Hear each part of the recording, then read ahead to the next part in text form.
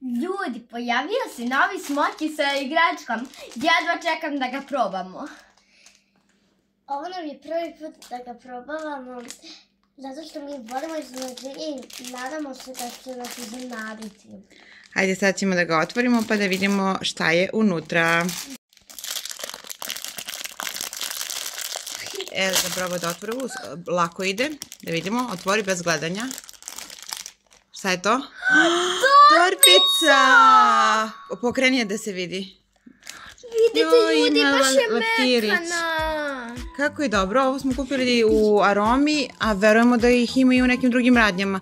Obožavamo smoki sa igračkom, a ovo je baš lep poklon koliko vidim. I unutra... Šta je da vidimo unutra? Smoki. Vidite kako je Nadam se da je bar ukusan. Ima ovakve kao kuglice.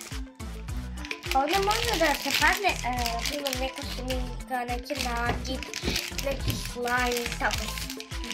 Pa svašta nešto može lepo da se padne kako vidim. Nije toliko skup, a može biti dobar poklon.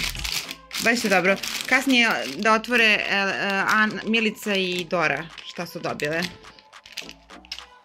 Sad ću da vam kažem šta bi ja voljela da dobijem sa ove liste žalova. Voljela bi da dobijem medvedića. Ili možda ovo nešto za sladoleska. Neki kamion. Ili možda bojice. Bojice super, to vam uvijek treba za školu. Da, ili možda malo šminke. Šminka, da vidim da ima šminka. I sigurno ima ovdje nešto što i nema na listi. A šta piše to? Ops? Big surprise ili veliko iznenađenje. Tako je, big surprise znači veliko iznenađenje. I jeste. Jeste ti iznenadile? Da, odlično. Ana, jesi ti iznenadila? Wow, da vidimo šta smo mi dobili. Ajde, otvori.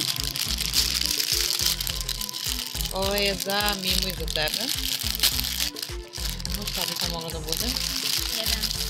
Naravno. Ti? Jedna torbica. I ova je još lepša. Baš je lepa. Tu ima još jedan poklon, tamo je bilo samo torbica. Kako je dobro. Baš su lepe. Ja ću nahti. Ovo su kao